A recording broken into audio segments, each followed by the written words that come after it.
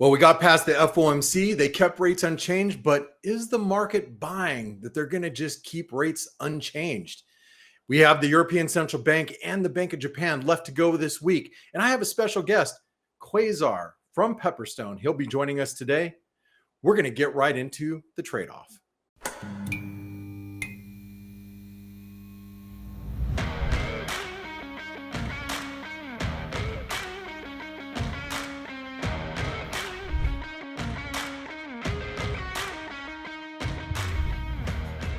Well, hello, traders. My name is Blake Morrow, and no, I'm not Chris Weston, but he'll be back with us next week, so don't you worry. But I will be bringing in Quasar the Great. Holy cow, Quasar, how are you? Good to see you today. Good to see you too, Blake. I'm doing great. I'm pretty happy to be here with you guys, with the English-speaking audience. As I was mentioning earlier, it's always an honor for me to share with you, Blake, the stage, how I like to call it, the big stage. As you probably may not know, I usually take over the trade-off in Spanish, but every now and then when Chris decides to enjoy life a little bit, I'm promoted to share on the big screen, and here we are.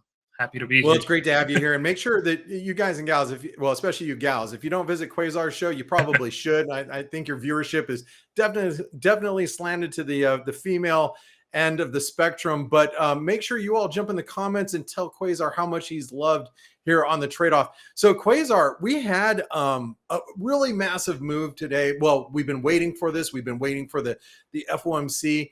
We got past the CPI. We're going to talk about inflation. You saw all the topics that we're going to discuss. But what did you make out of today's action?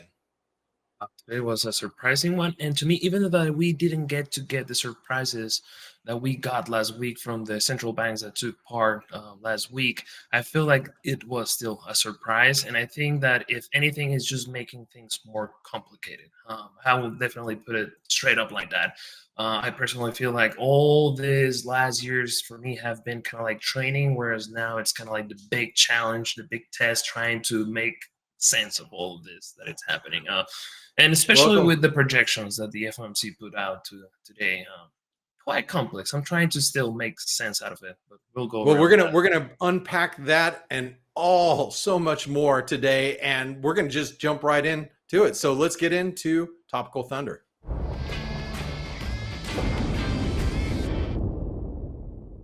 Well, you started to break into it, Quasar. You started breaking into your thoughts about the FOMC, and I'm going to ask you to pause just a moment, and let's kind of talk about what the Fed did. And as I said in the intro, the Fed actually left rates unchanged. It was widely expected that the Fed was going to keep the rates unchanged, but I think it was the comments and the press conference afterwards that really got the market moving. As you pointed out, some of the projections might be of topic here in a second, but let's take a step back, see how the market reacted, because the initial reaction was the equity market sold off. I think that was mostly due to the dot plot, the movement of the dot plot that actually suggests that the Fed has a couple more rate hikes in it for this year. And I think people didn't expect that much of a hawkish, we could call it a hawkish move in the dot plot. So we saw yields rip. The dollar made a move higher initially. Stocks dipped. We saw the Dow was down over 300 points at one point. But the market's kind of recovered. There's a few things in the statement that I wanted to bring up, and then I want to get your thoughts here. Powell said, one of the things that he said that really rang the bell for me, said we're talking about a couple of years out for rate cuts. Now, I don't think the market really fully comprehends that we are probably in a more of a neutral stance at this point in the game for the Fed, and we might stay neutral for quite some time. He also said they're not seeing a lot of progress on core PCE. Still sees upside risk to inflation, and inflation remains well above the 2% goal. But he also said, and I think the market took what it could, and it was the comment that he said, shouldn't call June a pause, or June pause a skip. And I think people said, oh, wait, maybe that's going to be a pause, is going to be a pause, an indefinite pause. But remember, the dot plots are suggesting otherwise. What are your takeaways from the FOMC today? To me, personally, I think that it was just a breather in the sense that they are fully aware that given the levels of inflation right now, they need to continue on pursuing a more strict monetary policy, though they still needed a little bit of time just to make sure how the pieces are falling. That's primarily how I see it. With regards to how the markets are reacting, as you mentioned, that they're not buying. And I was looking at the probabilities of rate hikes that, in theory, based on the dot plot, we should be seeing. It's just literally discounting another rate hike for July. Other than that, they're not buying that second rate hike. So it's a very complex one. One of the things that, for me personally, that was very intriguing is the dynamic on how they are trying to make sense with regards to inflation going down. They adjusted GDP to the upside. They lowered the expectations for unemployment.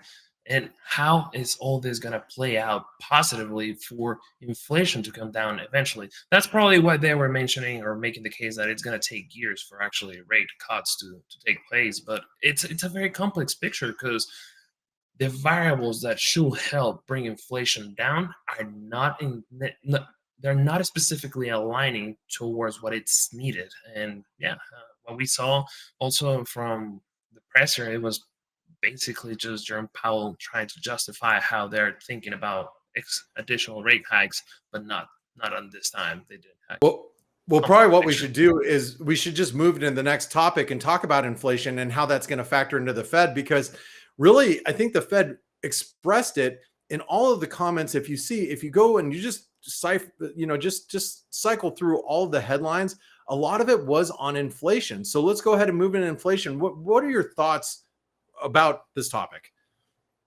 It's a great topic with regards to, I think it's the essence that needs to be solved. Of course, during the last couple of months, whatever was happening with the regional banks and then the debt ceiling got to take the main stage, putting, all the attention of investors globally. But now we're back to the main dynamic that is affecting us. And here, personally, I have for a while segregated myself from looking actively to the headline and just primarily paying attention to core inflation. And yes, we have seen headline made substantial progress. We got to be, above 9%. Now we're at 4%. We basically have cut it in half. But when you get to see the core reading, we have barely done any progress. We went from 6-ish to now we're at 5.3. And I think that's, and Powell mentioned at some point, at some point is going to have to do with employment.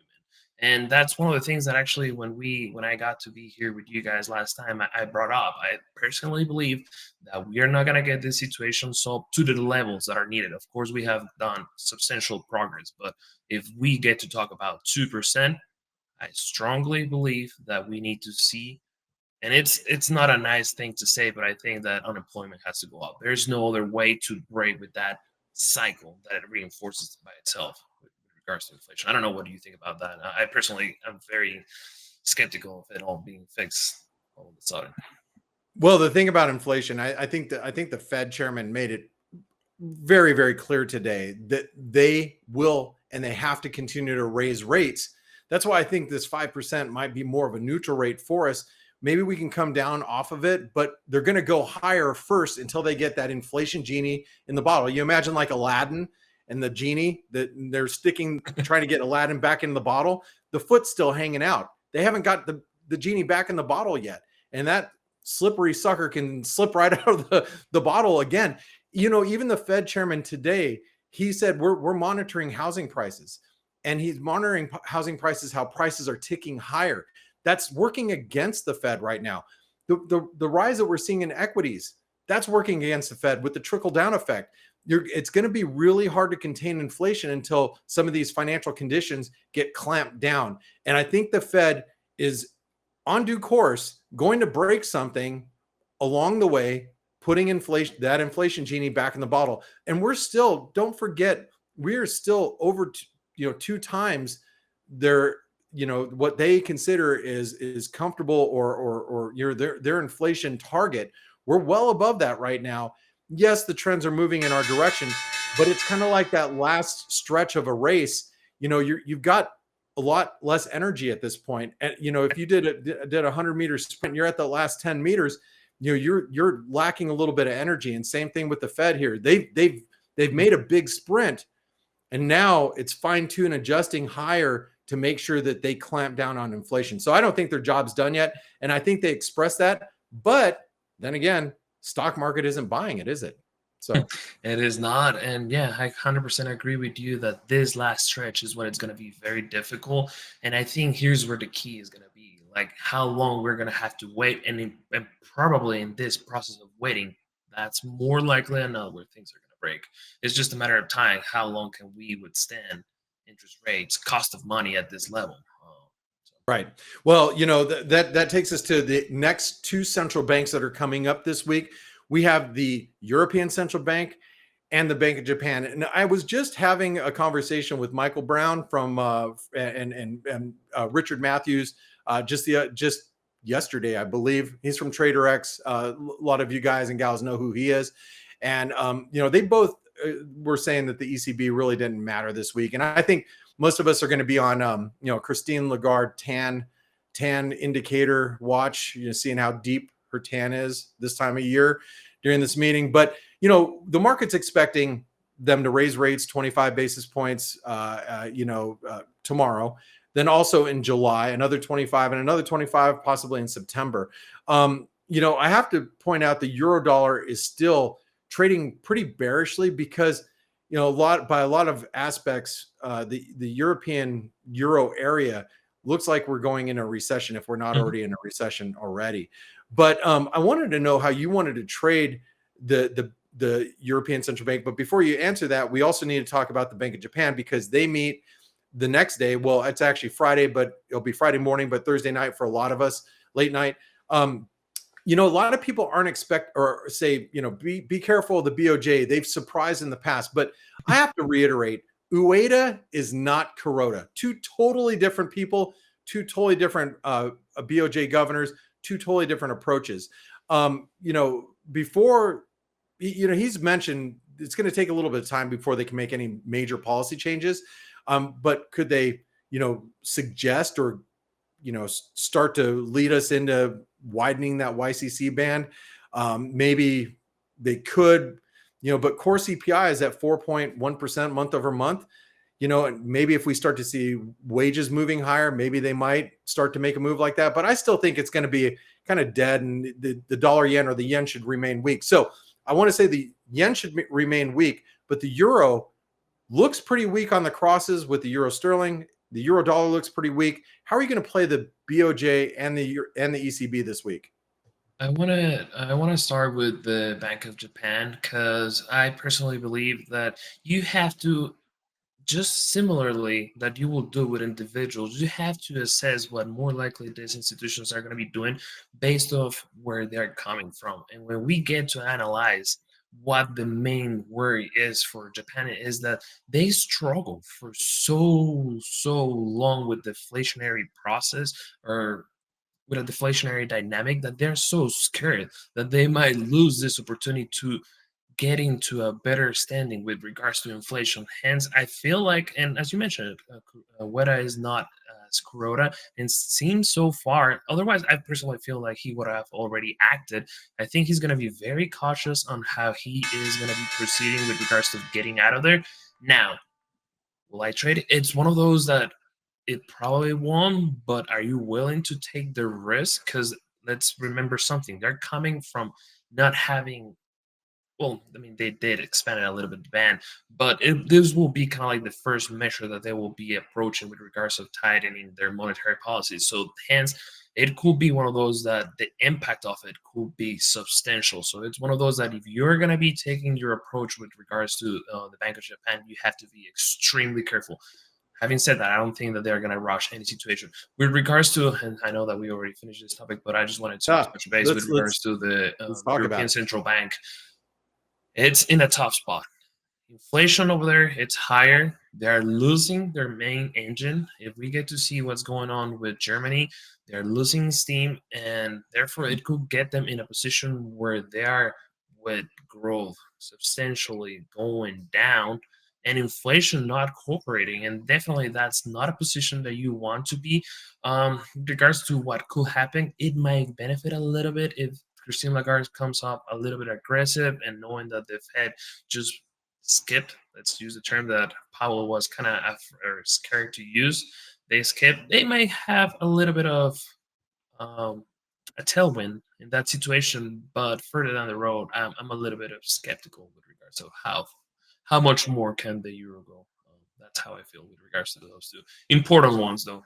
Definitely, the Fed already passed. It was the big picture or the main event of the week, but still, let's pay attention to what. Yeah, we still have to keep our head on a swivel, I like to say, with the ECB and the BOJ this week. So let's go ahead and move it along to your next topic.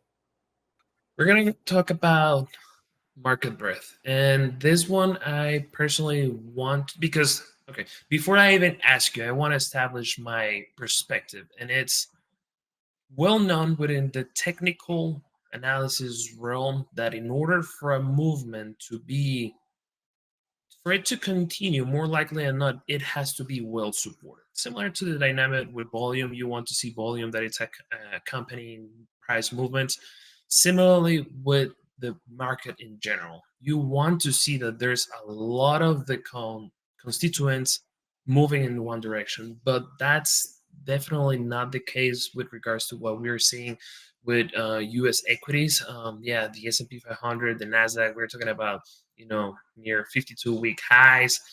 Nonetheless, when we talk about the S&P 500, only 5% of its constituents are actually making 52-week highs. That, ladies and gentlemen, by definition, is speaking of a very narrow market breadth. And that, to me, is one thing of concern, because it brings into the question, well, is this sustainable, or it's just a very few ones pushing the overall market? What has been the thematic? I mean, it's been all about artificial intelligence, right? Technology, AI, all the the processors behind it, the software on it. That's been the main thematic. But when you actually get out of that narrative, okay, what is pushing the market? So I bring the question now to you. What do you think about what's happening in the market? And Well, this is sustainable. Yeah, well, first of all, I don't think it's sustainable. At least it is not in its current state.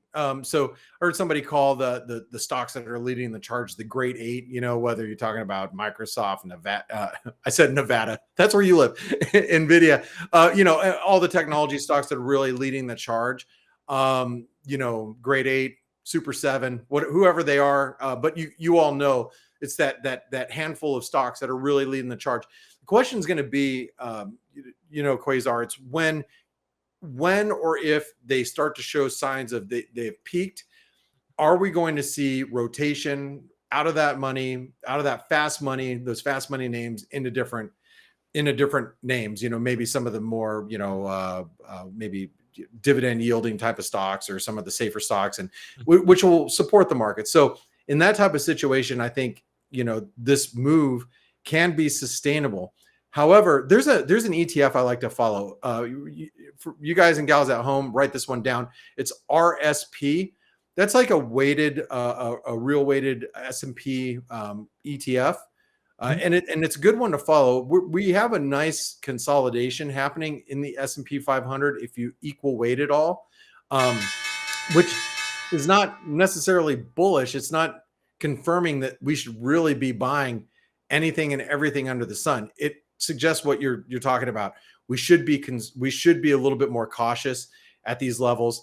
And the other thing that we didn't really talk about a whole lot is the FOMO, and what Westy likes to call the FOMO, just the underperformance, just underperforming just as an asset manager. You got a lot of money behind these moves. So as long as we continue to make higher highs and higher lows, it's fine.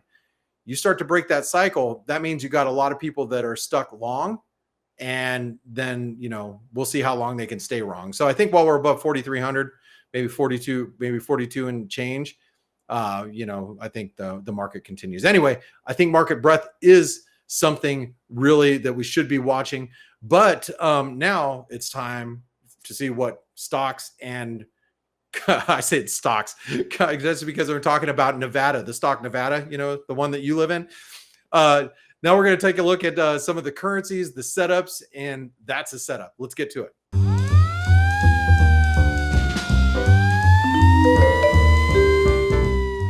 So I get to like kick things off today, which is kind of weird for me, but it's cool. I hope you guys enjoy it. And I think the first setup really is the dollar index. And Quasar, the dollar index has come down to the level that I expected. I expected it to come down to test the bottom of the flag. And today it came down to that bottom of the flag, and really the breakout point that comes in right around, depending on what ETF you're looking at or what CFD you're looking at, but it's around 103, 102.80, somewhere around there.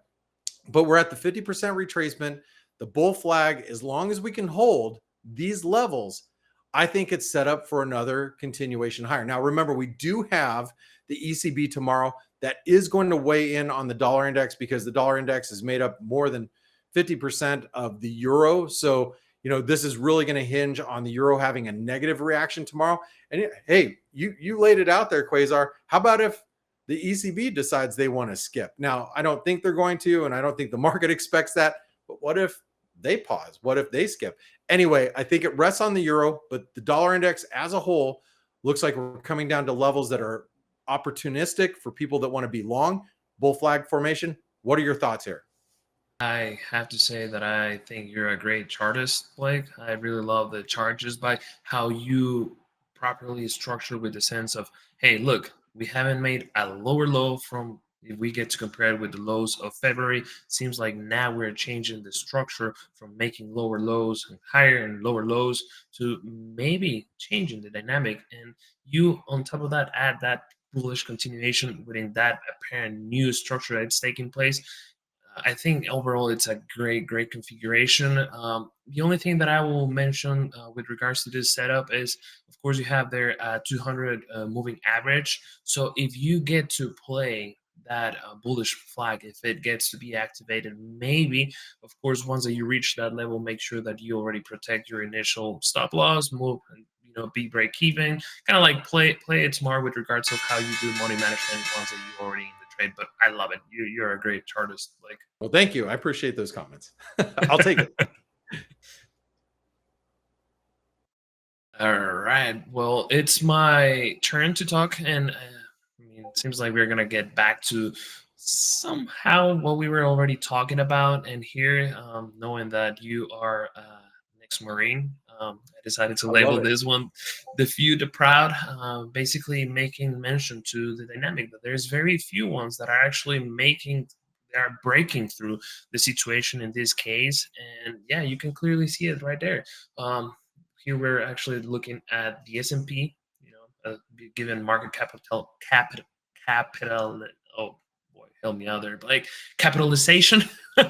And then we have the equally weighted S&P 500, and it clearly shows how it's lagging when you get to actually to incorporate equally all the other constituents of the S&P 500. Hence, this is for me one of those that I don't know. I don't know if it's a tough one, because as you mentioned it, we already, when we get to see what happened from the lows of October, we already in a structure where we are making higher highs and higher lows. Hence, our bias should be, or our outlook should be bullish from a very pure technical price action standpoint. Nonetheless, I'm starting to see, and I have been having a hard time just kind of like being bullish with regards of risk assets, primarily because of um, where the cost of money is right now. But yeah, I feel like I'm just trying to pull on every reason that I have to see, oh, there's weakness in there. But to me, that's a sign. Very few ones, and it's not a broad movement, so I question it. I definitely question it. I don't know if you want to add anything to this chart. Well, I just want to say, like the upside target that I see that I think you got to wait for, and I'm not sure if we're going to get there, is the 161% extension of the February highs to the March lows. That comes in right around 44.30 or so. But today's high, right around 4,400, was also an intraday. We call it an intraday bull flag pattern that we've been following this week. So if you do follow me on Twitter, you probably saw that. And I think some further upside targets, like I said, 44.30. Can we reach it? Did the market, if it sleeps on what the Fed Chairman Powell said today, and it starts to take some of those words to heart that he said, maybe we've seen a near-term top. But I don't know if I'd be too bearish while we're above like I said, 4,200, big breakout point. Maybe those are the dips, and those are the places you look to buy it. So, hey, I appreciate you bringing in the S&P because it is such a big index, and I know so many of you guys and gals trade it. So glad you did bring that up, Quasar. Let's move over to the Euro Sterling. I think this is a great setup, and the reason why I bring this up is obviously the ECB is tomorrow. And if you look at the Euro Sterling, we've been in breakdown territory. As soon as we cleared that 200-day moving average or retested the 200-day moving average, we've been sliding ever since. And we are on obviously very key support. It's horizontal support because once or if we break through those December lows, that's going to propel us into a new trend low, which should take us down towards 82.30 pence. Now, I don't necessarily want to be super bearish here, and the reason why, and I got to throw this out there, just I'm gonna do this for Mr. Brown because I know he's listening. Just because the sterling, the pound dollar failed today above 127 or above the 126.80 level, kind of left us with a little false breakout on the upside. So I worry about playing a little bit more sterling strength, but tomorrow's all about the euro. So anyway, I wanted to bring the euro sterling because I think it's a breakdown or a big reversal, and you can play it back to the long side from here. What are your thoughts on the euro sterling, or do you have any thoughts on the euro sterling right now, Quasar? Not necessarily from a fundamental perspective, but from a technical, just by what I'm seeing here on the chart. I love that you are open to both sides. Here's one thing, and I personally tend to utilize oscillators, primarily RSI, not necessarily for overbought or oversold condition, but more for like exhaustion of momentum more than anything. Those divergences there, I don't clearly see a negative divergence, but just because there is not doesn't mean that it's not going to respect that it's already oversold, right? Having already broken the 200 moving average, there could be still movement to the downside. Chris, right there you have what will be considered a death cross. Chris is not a fan of those. You can actually, you will say that that's basically a contrarian signal that it's not gonna go. But that could be also one that it's telling you that there's still movement to the downside and that the trends are restructuring for a longer perspective to the downside. So yeah, I mean, it's one of those that you have very well defined level and just play it based on how it works. Yeah, I think you can play off that level. That 85.50 pence, 8.8550. I think that's going to be a key level break below. It's bearish, stays above it. Maybe you get a little bit of a short squeeze. Hey, why don't you take us into the last chart that you brought for us, Quasar? I brought one that in some essence also makes me be a little bit skeptical about taking on risk. But basically what I'm seeing here, if you actually get to see the technical setup for the US 10-year bond yield, it broke from a downward channel that had been in place for decades. In this process, after having already broken, what we get to see that has been taking place, to me personally, and I actually want to hear from you, is what it's considered to be a bullish flag. For you, all of you who don't know the connotations of this kind of pattern, if you will, technical pattern, it's known to be a continuation one. And if that's the case, that could hence mean that we will still get to see higher levels for yields. Now, this is a tough one with regards to the economic side behind it. Nonetheless, seems like we are still not getting things figured out with regards to inflation, and so far central banks seem to be already at that moment where, oh wow, we need more. So if that's the case, I mean, this could be indeed a bullish flag, and we could see movements to the upside with regards to yields on the 10-year bond. You said central banks are having an oops moment, and all I thought about is Britney Spears. That's weird, and that also probably dates me a little bit as far as my age goes.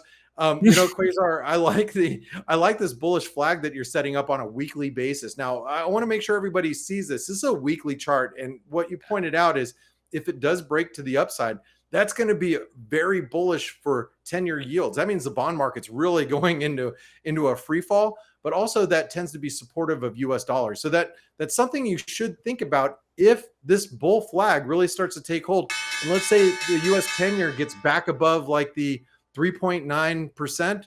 Well, that's going to be 4%, I pretty think, is bullish, gonna be 4% to me. It's like break.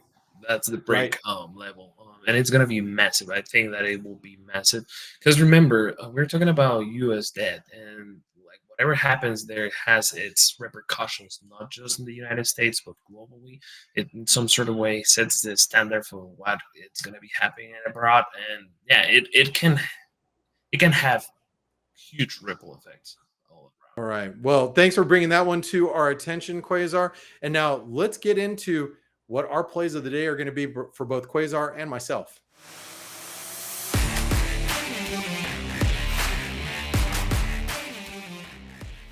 All right. Well, my play of the day, Quasar, is going to be the Looney. I'm taking you all to the Looney bin. I'm going to talk a little bit of my book. If you guys don't see my week ahead video, I've been doing a week ahead video for probably like 7 years now, and I do it on the weekends, and it's out on YouTube, and you can find it. Anyway, I mapped this out, the dollar Canadian, out on the week ahead video, and I said, hey, we can drop through 133, 132.80 ish, get to that level, and get a reversal from there. Might be a good counter trend long. It breaks enough stops and turns around and gets long, and then you can get long. Well, guess what? It went to like 132.70 something, overshot my target from last weekend, like by a few pips. And guess what? I got long. And I'm playing this as a false breakdown. If the dollar continues higher, I think we can, trade back up towards 135. We have to scale above 134 first. That's going to be first key level resistance. And as long as we stay above that support zone, which is around 132.60 ish, as long as we stay above there, I'm targeting up towards 135 in this nice false breakdown. I love catching everybody on the wrong side of trades, and that might do it here, Quasar. So what's your trade of the day? Yeah, well, first of all, I gotta say I really like that US CAD. If you actually get to see it from a monthly perspective, it could be in one of those processes where it's going to the resistance of a monthly range. But yeah, with regards to what I have today, kind of like I've been sounding the drum quite a few times. But yeah, it's risk off. In this case, I'm picking up with the DAX, the German index. The reasons behind it are mainly on the technical side. I'm looking at here at a negative quadruple, if you will, triple. I mean, at this point, like it has been making lower highs with regards to the RSI. And yeah, it's taking place at a key resistance level, the all-time highs. And so, yeah, I think that this is one that could have potential to the downside. Now, how will I play it? In all honesty, I think this is one that we have to be careful with regards because, yeah, risk can continue on. It's been going. And if that's the case, just get out of the way. Get out of the way very fast, risk very little, and try to make a decent return on what you're risking. I wouldn't, hold it for too long. I wouldn't have a very wide stop loss. It's one that if it plays out, just try to be very precise. If not, get out of the way because this train has still, room to go. All right, Quasar. Well, next time you're back here on the trade-off, I hope when you're dealing with the DAX, I hope you use the title "The DAX is Dead" because that's my title. I've used it 3 times, and feel free to use that on your own when you want to. Okay.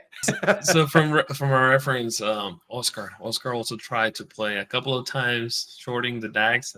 Didn't play. That one didn't play out, but here I'm trying it one more time. Hey, it's trading, right? You're going to get some right, some wrong. Quasar, I want to say, it's great to do the show with you. For those of you that don't listen to the Pepperstone Spanish show, make sure you listen to the Spanish Trade Off with Quasar and his crew over there in the Casa de Quasar Pepperstone. Quasar?